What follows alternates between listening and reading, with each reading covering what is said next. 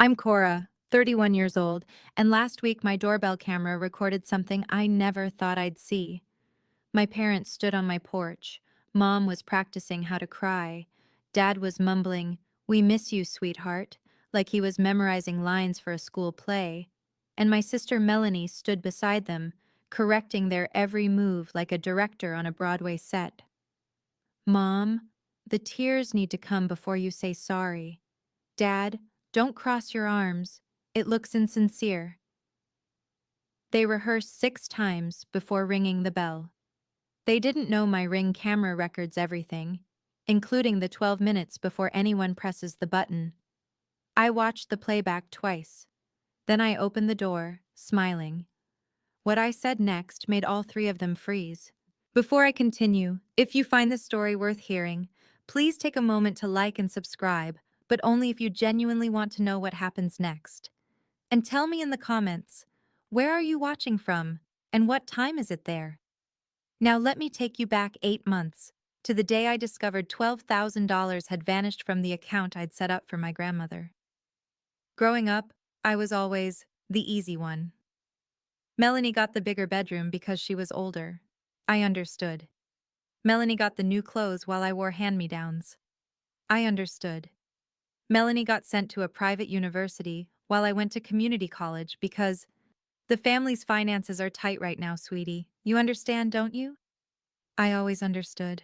Mom had this phrase she used whenever I tried to push back. "Why are you being so selfish? Your sister needs this more than you do." That sentence became the soundtrack of my childhood.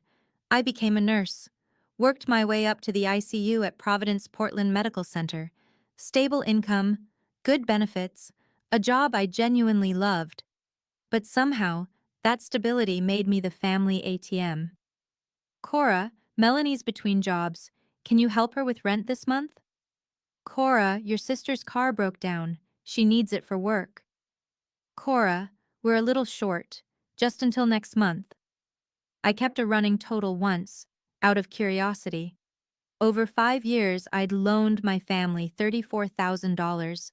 Not a single dollar ever came back. I told myself it was fine. Family helps family. That's what good daughters do. But here's the thing about being the understanding one. People stop asking if you're okay. They just assume you are. They assume you'll always say yes. They assume your needs don't exist. And when you finally say no, that's when you become the selfish one. That's when you become the problem. I didn't know it yet, but Melanie had been counting on my inability to say no for years. And when I finally stopped playing along, she didn't just get angry. She got strategic. 2 years ago, Grandma Eleanor's health started declining. She had Medicare, but the coverage gaps were brutal. Specialist visits, medications, physical therapy, the bills added up fast. I suggested setting up a joint savings account, me and Melanie contributing together to help cover Grandma's expenses. A family effort. "Great idea," Melanie said. "We'll both put in what we can." I deposited $500 every month, like clockwork. For 2 years, $12,000. One evening, I logged in to check the balance before Grandma's cardiology appointment. $847. I stared at the screen, refreshed the page, checked again. $847. My hands were shaking when I called Melanie.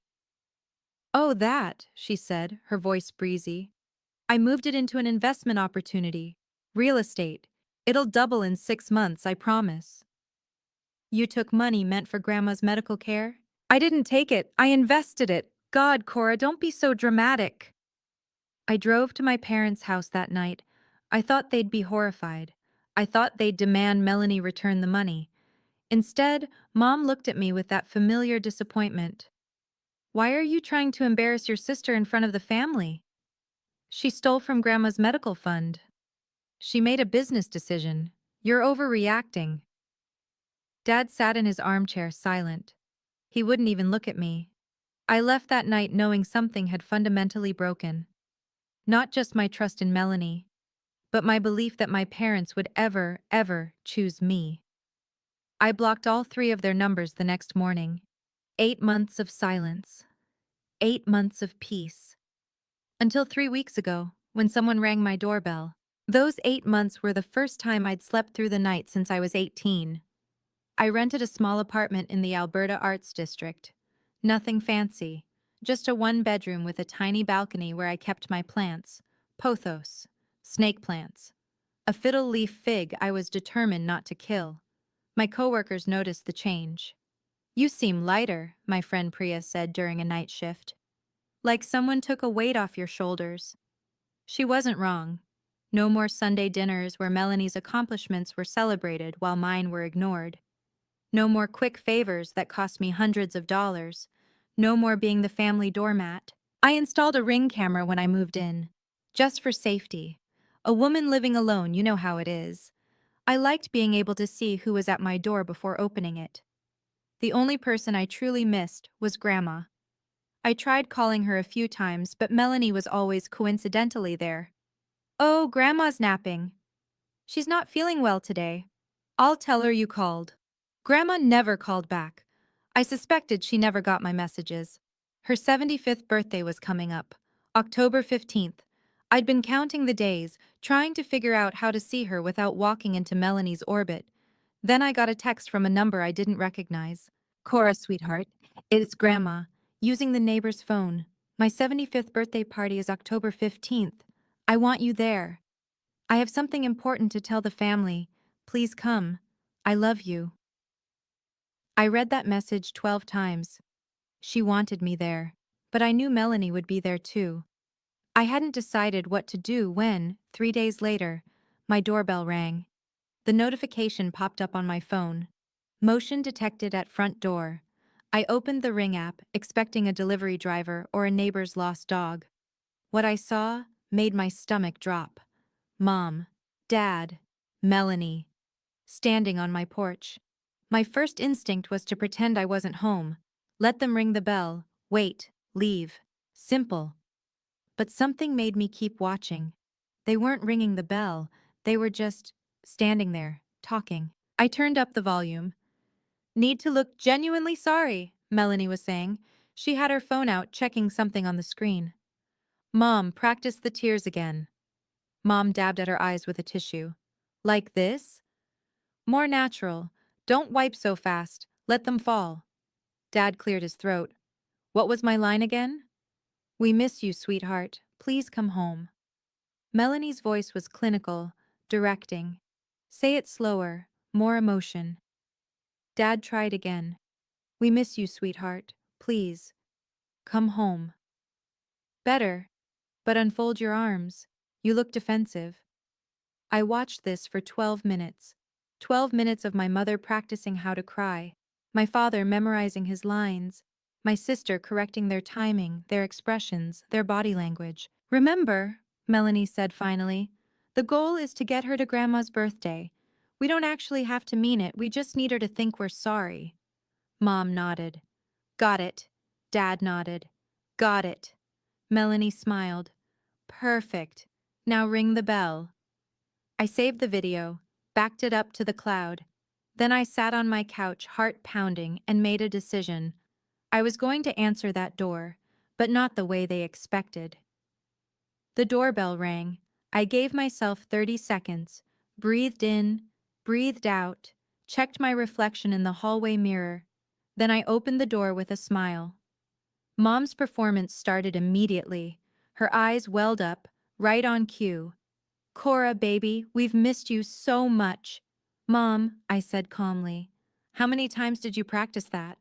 She froze mid-sob. Dad's rehearsed line died in his throat. Melanie's composure cracked for exactly half a second. I saw it, that flash of panic in her eyes, before she recovered. "What are you talking about?" I pointed to the small device mounted beside my door. "That's a Ring camera. It records 24/7. I paused. "Including the 12 minutes before you rang the bell." Silence. Mom's fake tears stopped instantly. Dad looked at the ground. Melanie's jaw tightened. "I watched the whole thing," I continued, keeping my voice steady. "The crying practice, the line memorization, The direction notes. I tilted my head. We don't actually have to mean it. We just need her to think we're sorry. That was you, wasn't it, Melanie? Melanie started. So here's my question. I leaned against the doorframe, arms crossed. What do you actually want? Because clearly it's not reconciliation. Melanie recovered fast. I'll give her that. You're recording your own family? That's a violation of privacy? This is my property. I have every right to record my own front porch. You've changed, Cora. You've become so cold. I almost laughed. I've become someone who doesn't fall for performances anymore. There's a difference. Dad finally spoke, his voice weak. Your grandmother's 75th birthday is next week. She wants you there. I know, I said. She texted me. So you'll come? I looked at all three of them. I'll come. For Grandma. Not for you. Melanie's eyes narrowed. She wasn't used to losing control of a situation. If you're coming to the party, she said, we should arrive together. Show Grandma that the family is united. No. Cora! I'll arrive on my own. When the party starts. Not before. Mom stepped forward. Her performance abandoned now, replaced by something sharper. You're being unreasonable. How will it look if you show up separately? People will ask questions. Then let them ask. Your grandmother is turning 75. This might be her last. Mom caught herself, recalibrated. This is important to her. She wants her family together. And I'll be there, just not on your terms. Melanie's phone buzzed. She glanced at the screen and something flickered across her face. Tension. Worry. I have to take this. She stepped away from the porch, turning her back to us. Tyler, I told you I'm handling it.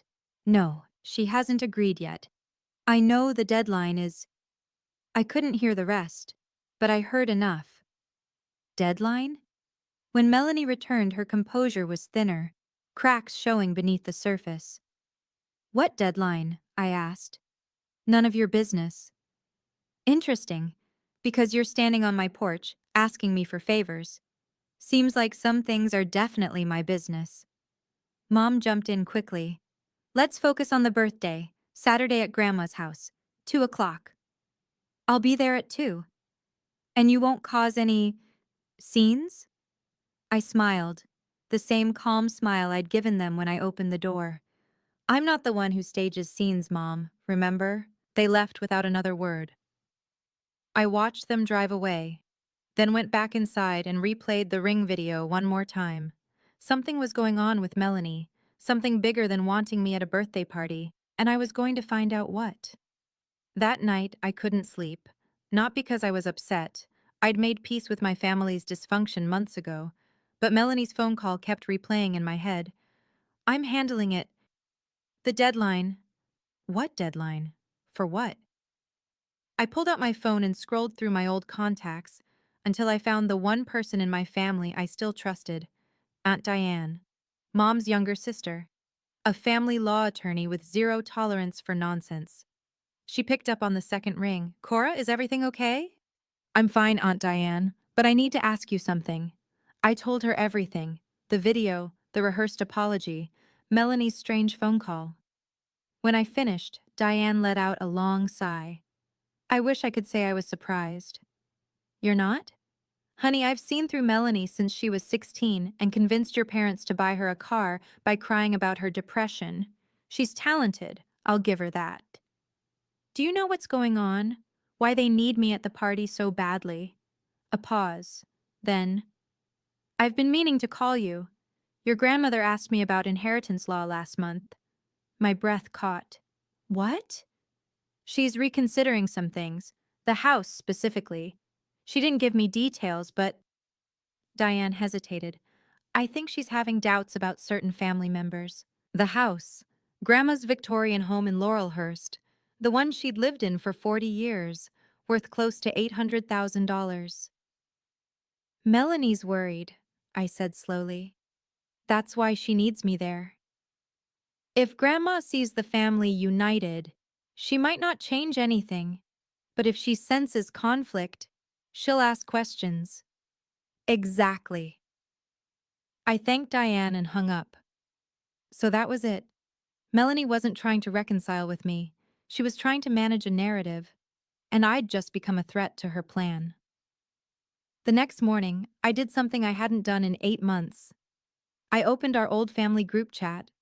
I'd left the group when I went no contact, but I hadn't deleted the history. Some part of me had known I might need it someday. I scrolled back through months of messages, past the birthday wishes I'd never received, past the holiday photos I wasn't in, until I found what I was looking for. Melanie to Mom, 6 months ago. If Cora asks for the money back, just tell her I'm going through a hard time. She won't push. Mom's response: she never does. That girl would give you her last dollar if you cried hard enough. Melanie: exactly. That's what makes her useful. Useful. I stared at that word until my vision blurred. I kept scrolling. More messages. More patterns. Just tell Cora it's for the family. She can't say no to that. Cora's too nice. She'll never actually cut us off. She's the easy one. Always has been. I screenshot everything. Every message. Every casual dismissal of my feelings. Every coordinated manipulation. Then I created a folder on my phone. The ring video. The group chat screenshots. 8 months of silence. Finally given a voice. I wasn't going to Grandma's party to make a scene. I wasn't going to yell or cry or beg for an apology I'd never get. I was going to do something much simpler. I was going to tell the truth. And for once, I was going to have proof. If you've ever kept evidence of someone's manipulation, texts, recordings, anything, did you ever use it? Or did you hold on to it, waiting for the right moment? Tell me in the comments. This story's about to get intense, and I want you with me. Saturday came faster than I expected. I spent Friday night laying out my outfit. Nothing dramatic, just a simple navy dress, modest jewelry, comfortable flats. I wasn't going for attention. I was going for presence. Aunt Diane called that afternoon. I'll be at the party. If you need anything, find me. Thank you.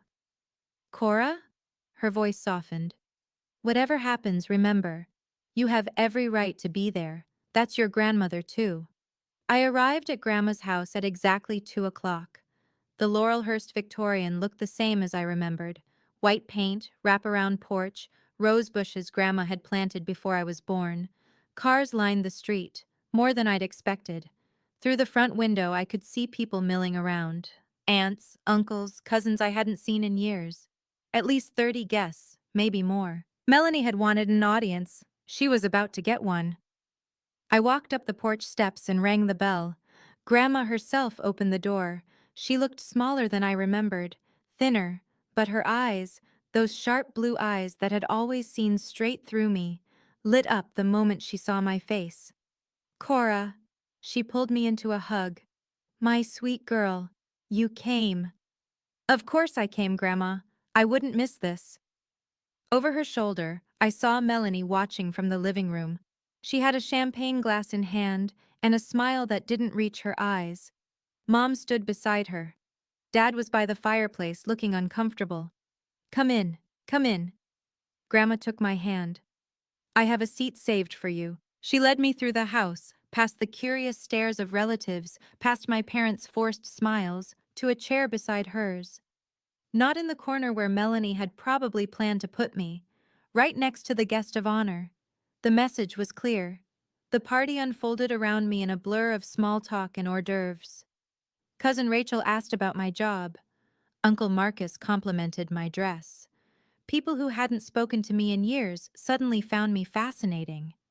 I knew why. In families like ours, absence creates mystery. 8 months of silence meant 8 months of Melanie controlling the narrative, and now everyone wanted to see if the story matched the person. Aunt Diane found me by the buffet table. How are you holding up? Better than expected. I glanced toward Melanie, who was holding court near the piano. She's watching me like a hawk. She's nervous. Diane lowered her voice. I talked to your grandmother yesterday. She's planning to make an announcement today about the house. My heart skipped. What kind of announcement? She wouldn't tell me specifics, but she did say. Diane paused, choosing her words carefully. She said she's been watching, paying attention to who treats her with real love and who just wants something from her. Across the room, Grandma was talking to one of her neighbors, but her eyes kept drifting toward Melanie with an expression I couldn't quite read. Melanie has no idea, I said quietly. She thinks this party is her stage. Melanie thinks everything is her stage. Diane touched my arm. Just be yourself today. That's all you need to do. And if things go sideways, then you have me, and you have the truth. She held my gaze. In this family, that's more than most people ever have. I nodded, feeling the weight of my phone in my cardigan pocket. The Ring video, the screenshots, the truth.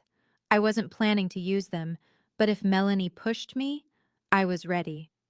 Halfway through the party, Melanie made her move. She cornered me near the hallway, away from the crowd. Her smile was sweet, her voice anything but. I'm surprised you actually came.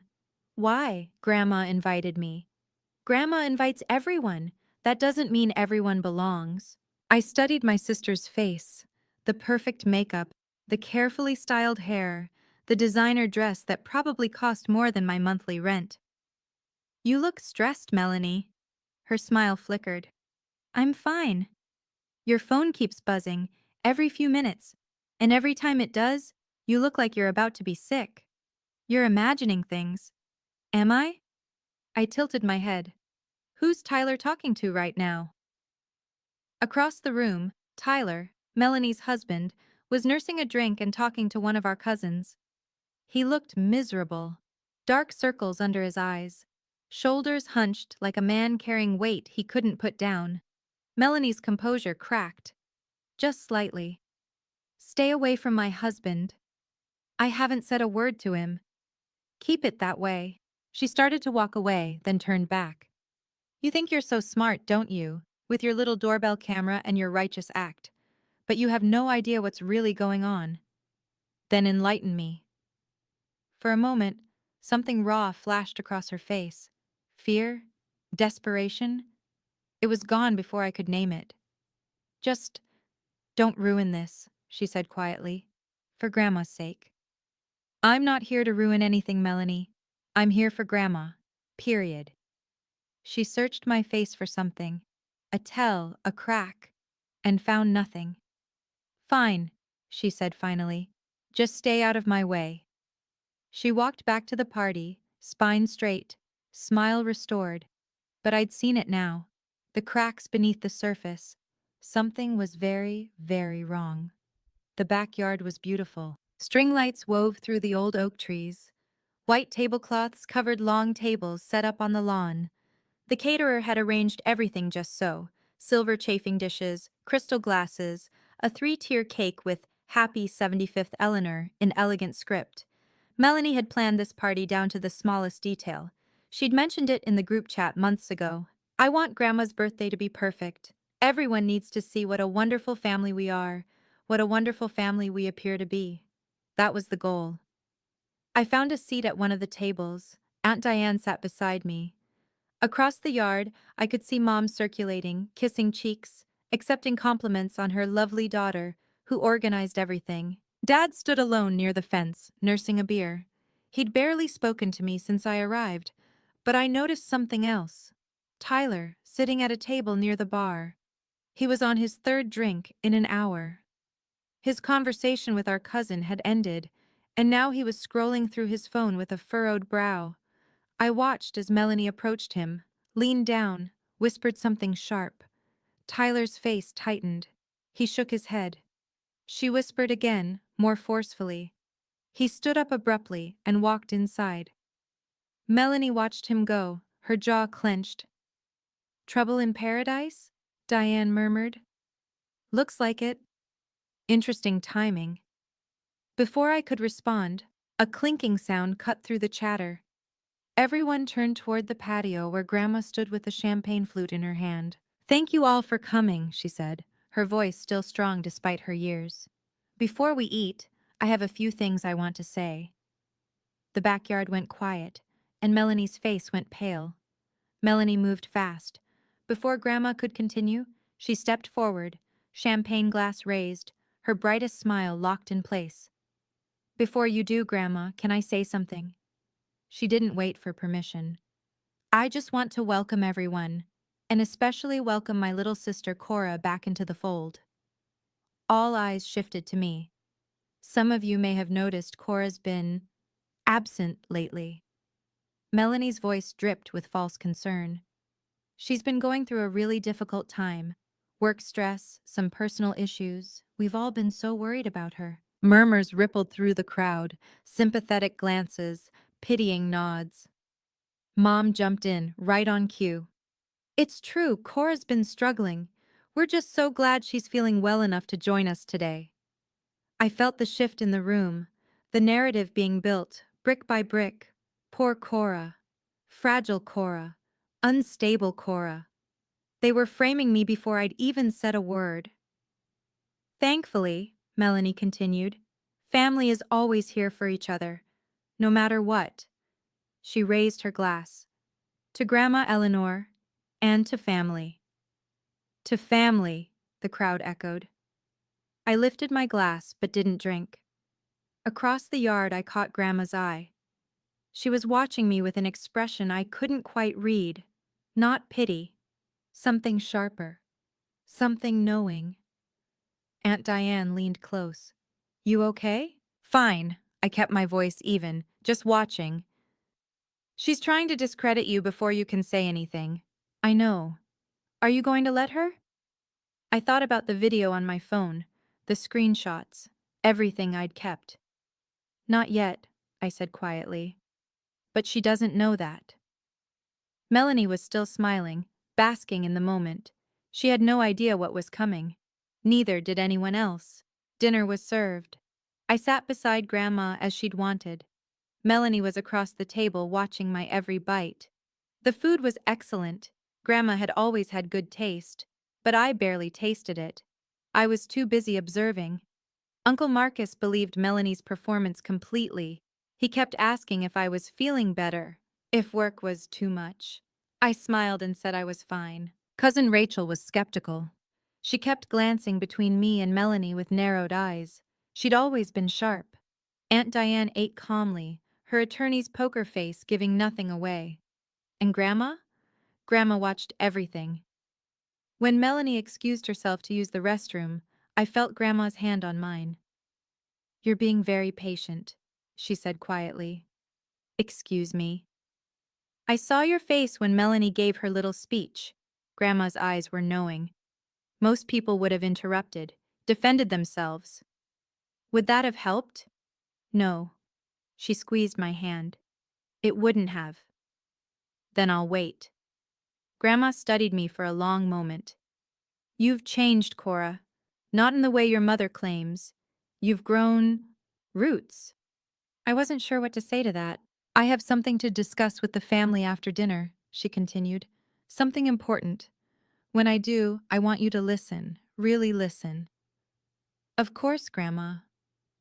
And whatever happens, she leaned closer. Know that I see things, more than people think I do. Melanie returned to the table, her composure restored. Grandma released my hand and returned to her meal as if nothing had happened. But her words stayed with me. I see things. What exactly had she seen? And what was she planning to do about it? After dinner, I excused myself to find the restroom. On my way back, I passed the open kitchen window. Tyler was outside, leaning against the fence, phone pressed to his ear. His voice carried clearly through the screen. I told you I can't get more time. The collectors don't care about... He paused, listening. $50,000, man. By the end of the month. She swore she'd have it by now. $50,000. I froze. Yeah, the gambling thing. Online poker, sports betting, all of it. I didn't know until... Another pause. She said her grandmother would... No, it hasn't happened yet. That's the whole point of this party. I pressed myself against the wall, heart pounding. If Eleanor doesn't come through, I don't know what we're going to do. Mel's already burned through her sister. That's why Cora cut her off. And now, his voice cracked. I'm done, Marcus. I can't do this anymore. I'm filing for divorce next week. He hung up. I heard him take a shaky breath, then footsteps heading toward the side of the house, away from me. I stood there, processing. $50,000 in gambling debt. That's why Melanie took the $12,000 from Grandma's medical fund. That's why she needed me at this party, to present a united family to Grandma before the inheritance announcement. That's why she'd rehearsed the apology. Why she looked so desperate. Why Tyler looked so broken. The picture was finally complete. Melanie wasn't just manipulating me. She was drowning. And she'd been using everyone around her as life rafts while she pulled them under. I walked back to the party, my mind made up. I wasn't going to expose Melanie, but if she pushed me, I wouldn't protect her either. The sun had begun to set when Grandma stood up again. The string lights glowed brighter against the dimming sky. Conversations faded. 30 pairs of eyes turned toward the woman at the head of the table. Thank you for indulging an old woman, Grandma began, her voice cutting clear through the evening air. 75 years is a long time, long enough to learn a few things. She paused, scanning the faces around her. I've been thinking a lot about this house, about what happens to it when I'm gone. Melanie straightened in her chair. Mom leaned forward. Even Dad looked up from his drink. But before I talk about the future, Grandma continued, I want to talk about the past, about how we've treated each other in this family. My heart began to race. I've watched things over the years, things I didn't always speak up about. Favoritism, unkindness, taking advantage of those who are too kind to say no. Her gaze drifted to me, just for a second. I'm not proud of staying silent, but I'm too old now to keep pretending I don't see what I see. Melanie's smile had become fixed, frozen, a mask she couldn't adjust quickly enough. Grandma, she cut in, her voice tight with forced warmth. This is your birthday. We should be celebrating. I am celebrating. Grandma's voice was quiet but firm. I'm celebrating the truth. For once. The backyard was dead silent. Grandma turned to look directly at me. Cora, sweetheart, I need to ask you something, in front of everyone. I felt the weight of every stare. Yes, Grandma? Why haven't you spoken to your parents in 8 months? The question hung in the air like smoke. And I knew this was the moment. I could feel Melanie's panic from across the table. Grandma, this isn't appropriate, she started. I didn't ask you, Melanie. Grandma's voice was steel wrapped in silk. I asked Cora. 30 people. Watching. Waiting. I took a breath. I stopped talking to them because of the savings account, Grandma. The one I set up to help with your medical expenses. Whispers rippled through the crowd. I contributed every month for 2 years. $500, 12,000 total. I kept my voice steady. When I checked the balance 8 months ago, almost everything was gone. Grandma nodded slowly. And what happened to the money? Melanie took it. She said it was an investment opportunity. I looked at my sister. When I confronted her, Mom and Dad accused me of trying to embarrass the family. They told me I was being selfish. So I left. The silence that followed was deafening. Mom found her voice first. Cora, this isn't the time or place. Linda. Grandma's single word stopped her cold. But she's twisting everything. Is she? Grandma turned to Melanie. Did you take the money? Melanie's composure finally cracked. Tears, real ones this time, welled in her eyes. Grandma, you don't understand. I was trying to grow the money, for your benefit. Cora's exaggerating. She always does. $12,000. Yes or no? Melanie's mouth opened, closed, opened again. I was going to pay it back. A collective gasp went through the crowd. Grandma closed her eyes for a moment. When she opened them, they were wet, but her voice was steady. Thank you for your honesty, Cora. She turned to face the entire gathering. And now you all know why I've reconsidered some things. Melanie's face went white. What things, Grandma? Grandma didn't answer. She didn't have to. Melanie pivoted fast. This is exactly what I was afraid of. Her voice shook, performing perfectly. Cora came here to sabotage me, to turn everyone against me. Melanie, Mom tried. No, Mom, everyone needs to hear this. Melanie stood, addressing the crowd directly. My sister has always been jealous of me. Always. And when I made one mistake, one financial decision that didn't work out, she cut me off, abandoned the family, and now she's here, on Grandma's special day, trying to destroy everything. Some of the older relatives shifted uncomfortably. They wanted to believe her. It was easier than accepting the alternative. I'm not trying to destroy anything, I said calmly. I just answered Grandma's question. With lies! Is it a lie that you took the money? I told you, I was going to pay it back. With what, Melanie? The question landed like a punch. She had no answer. Because we both knew the truth. There was no money. There never had been. Tyler suddenly stood up from his chair. Everyone turned. His face was red. From alcohol, from shame, from something that had been building for too long. Tell them, he said quietly. Melanie went rigid. Tyler, sit down. Tell them, Mel, or I will. Tyler, $50,000. His voice cracked. That's how much she owes. Gambling debts, online betting. She's been lying to all of you for years. The backyard erupted. Gasps, whispers. Someone dropped a glass. Melanie turned on her husband, her mask completely shattered. How dare you? I'm done protecting you. I'm done lying. He looked at the crowd, at Grandma, at me, at everyone who had believed Melanie's performance. I'm sorry, he said. I should have said something sooner. Then he walked away, leaving Melanie standing alone. The chaos gave Melanie her opening. This is a setup. Her voice rose above the murmurs. All of this, Cora planned it. She manipulated Tyler. She's manipulating everyone. Melanie, stop, Dad said weakly. No, you all know Cora. Sweet, innocent, helpful Cora. But she's not what she pretends to be. Melanie pointed at me, her finger trembling.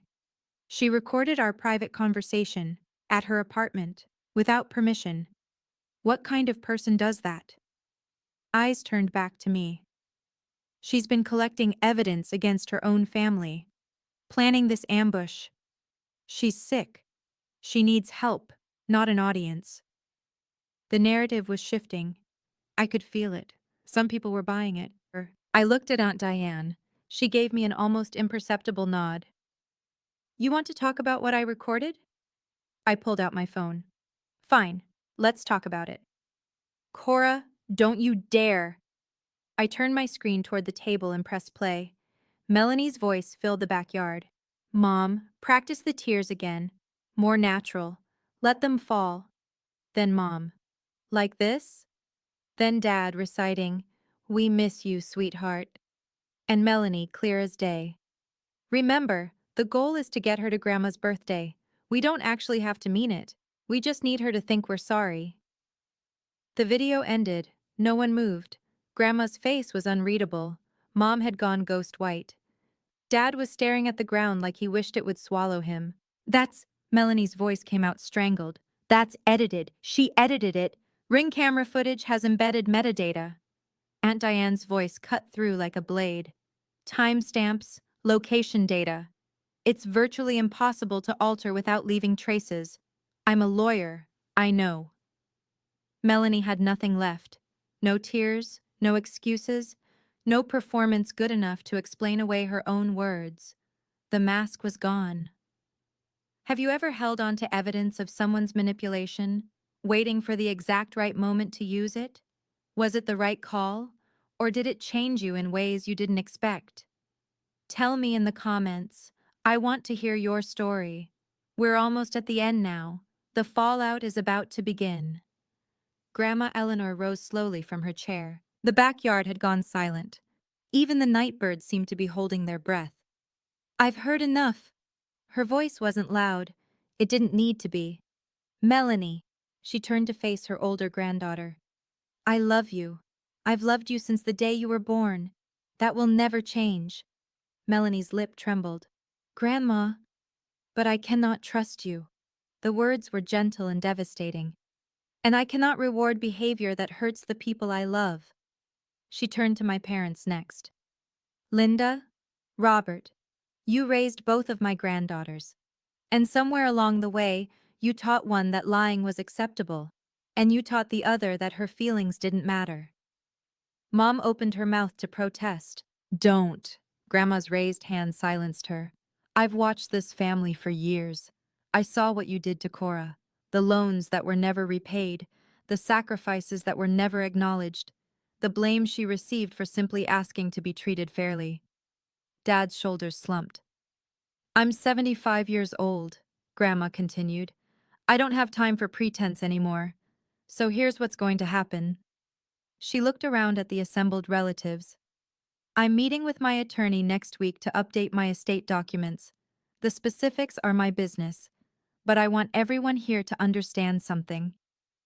Her eyes found mine. Those who've shown me real love, not performances, not obligations, but real love will be taken care of. Then she looked at Melanie. And those who haven't will have to live with the consequences. Grandma sat back down, picked up her water glass, took a sip. The party, for all practical purposes, was over. But my grandmother wasn't finished yet. People began drifting away, some to the bar, some to the parking lot, some into the house to escape the tension. I stayed where I was. Mom approached me first. Her face was a mask of barely contained fury disguised as hurt. I hope you're satisfied. I'm not here to be satisfied, Mom. I'm here because Grandma asked me to come. You humiliated your sister in front of the entire family. I looked at her, really looked at her. Melanie humiliated herself. I just stopped covering for her. You could have handled this privately. I tried that 8 months ago. You called me selfish and sided with her. Mom's mouth tightened. She had no response. I stood up. I love you, Mom. I love Dad too. But I can't have a relationship with people who don't respect me. So what? You're cutting us off again? No. The door isn't closed. I kept my voice calm, level. But if you want to walk through it, you'll have to do it honestly. No scripts, no performances, just the truth. Dad had been hovering nearby, listening. His eyes were red. Dad, I said softly. I meant what I said. I'm here when you're ready to talk, really talk. He nodded once, quickly, then looked away. I walked over to Grandma and knelt beside her chair. She took my hand. Thank you, I said, for asking, for listening. Oh, thank you for telling the truth. She squeezed my fingers. It takes courage to be honest in a family that prefers comfortable lies. I hugged her, longer than usual, tighter than usual. Happy birthday, Grandma. Best gift I've received in years. Her eyes sparkled with tears. Having you back. I wasn't back. Not really. But I wasn't gone either. I found Melanie by the rose bushes. She was standing alone, mascara smeared, champagne glass empty. The party continued around her, but no one approached. People who had praised her organizing skills an hour ago now gave her a wide berth. I didn't plan to talk to her, but she saw me passing and spoke first. Happy now? I stopped. No, not happy. Could have fooled me, her laugh was bitter. You got everything you wanted. What I wanted was for you to return $12,000 meant for Grandma's medical care. God, you're still on that? You asked what I wanted, that's my answer. She stared at me. The mask was completely gone now, just exhaustion and something that might have been fear underneath. I'm going to lose everything, she said quietly. Tyler's leaving. The debt collectors are circling, and now, Grandma, I know about the gambling. She flinched. I heard Tyler on the phone. For a moment, she looked like she might cry. Real tears this time. I didn't mean for it to get this bad. Her voice cracked. It started small. A few bets. Then I couldn't stop. And I kept thinking, if I could just win big once. But you didn't. No, I didn't. We stood there, sisters separated by a lifetime of choices. Get help, Melanie. Real help. Not a scheme. Not another lie. Like anyone's going to help me now. Gamblers Anonymous. Therapy. Something. You're not going to con your way out of this one. She didn't respond. I left her there among the roses. As I walked back toward the house, I heard raised voices, Tyler and Melanie, arguing near the cars. I told you I was done. You can't just leave me. I didn't look back. Some wreckage isn't yours to salvage. 1 week later, the dust was still settling. My phone had been busy, texts from relatives I hadn't heard from in years, Aunt Patricia apologizing for believing Melanie's version, Cousin Rachel saying she'd always sensed something was off, Uncle Marcus admitting he'd been wrong to pity me. Everyone had an opinion now that the truth was out. Aunt Diane kept me updated on the broader fallout. Tyler filed for divorce 3 days after the party. He'd been documenting Melanie's gambling for months, apparently, building a case. He sent me a message through Diane. I'm sorry I didn't say something sooner. I was ashamed. I understood shame. It makes cowards of people who might otherwise be brave. Melanie unfriended half the family on social media. The other half unfriended her. Her real estate website went dark. Whether she'd lost her license or simply couldn't face the world, no one knew. Mom called me once, just once. I don't know what you want me to say, Cora. Neither do I, Mom. A long pause. I need time to process all of this. So do I. She hung up without saying goodbye. But she hadn't yelled, hadn't blamed me. Maybe that was progress. Maybe it was just exhaustion. Dad sent an email, 3 sentences. Cora, I love you. I'm sorry. When you're ready, I'll be here. I stared at those words for a long time, 27 years of silence, and suddenly, 3 sentences. It wasn't enough, but it was something. I saved the email, didn't respond, not yet. Some doors need to stay open, even if you're not ready to walk through them. And some doors need to stay closed until the people on the other side prove they've changed. I was learning to tell the difference. Sunday afternoon, Grandma's house, just the 2 of us. We sat in her garden, the same rose bushes blooming in the October sun. She'd made tea, Earl Grey, my favorite, and set out shortbread cookies on her mother's china. You look rested, she said. First time in years, honestly.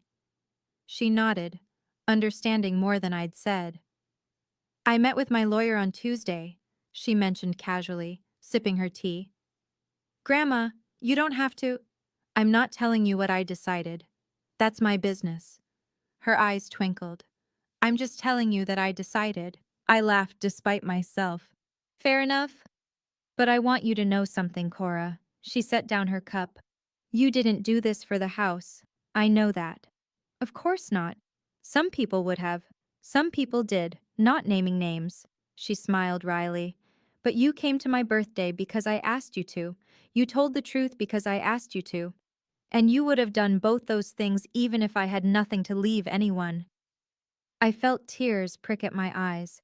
You're the only person in this family who's never asked me for anything.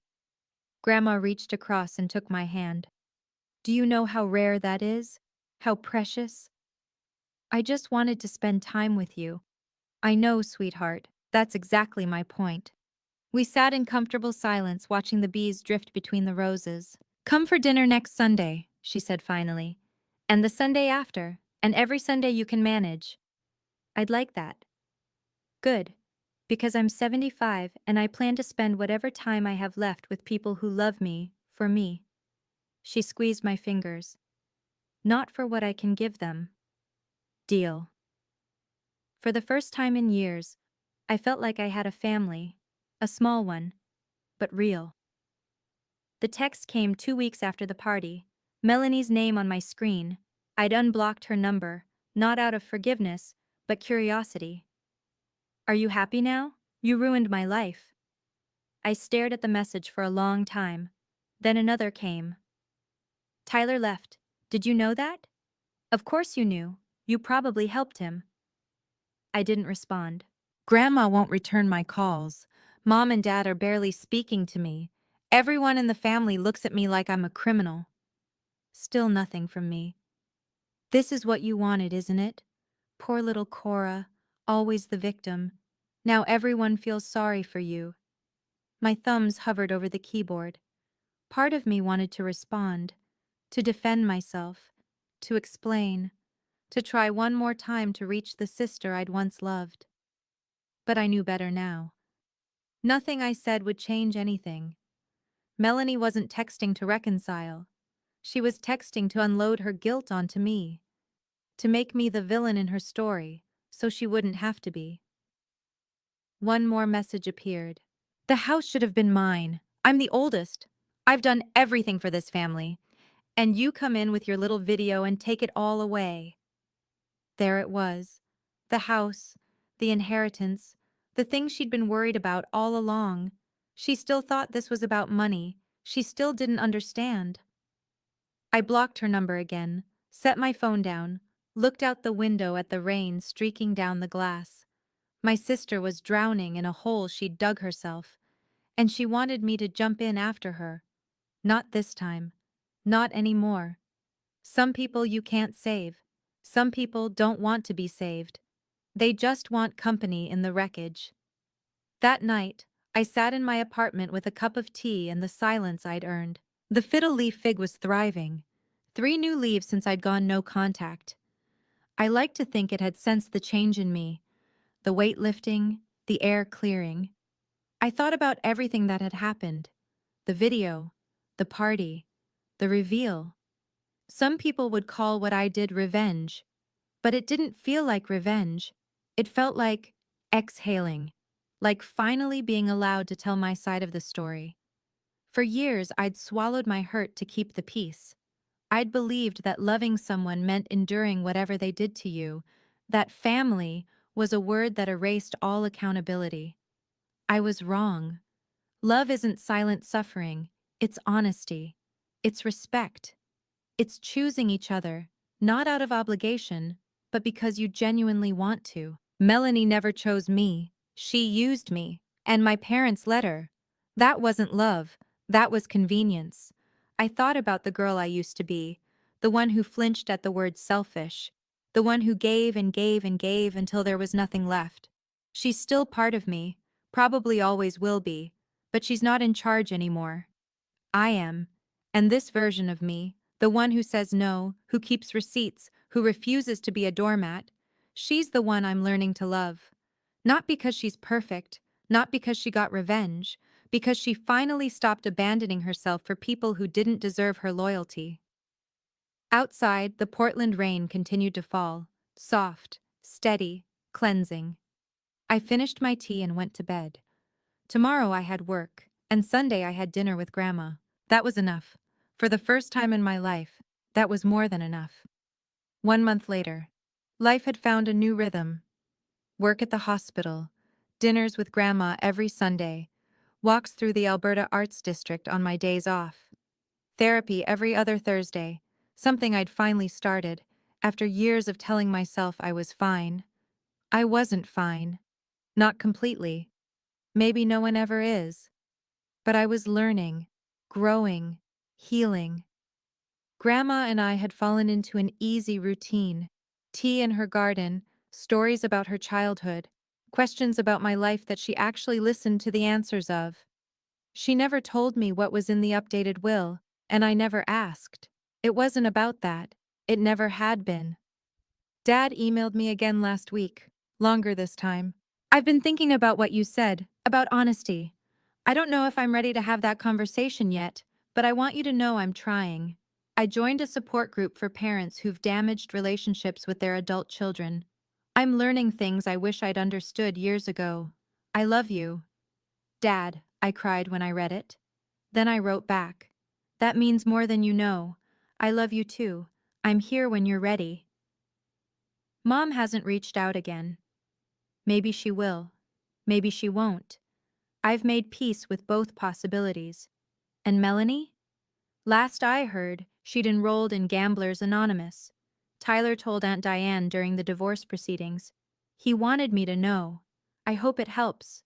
I genuinely do. But she's not my responsibility anymore. My responsibility is to myself, to the life I'm building, to the boundaries I'm learning to hold. The door isn't locked, but it's not wide open either. It's exactly where it needs to be. And so am I. After everything settled, I spent a lot of nights thinking about one question. Why?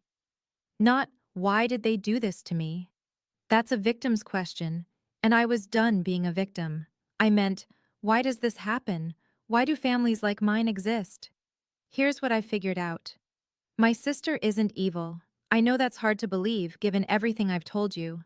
But Melanie didn't wake up one day and decide to become a manipulator. She grew up being told she was special, the golden child, the one who would succeed.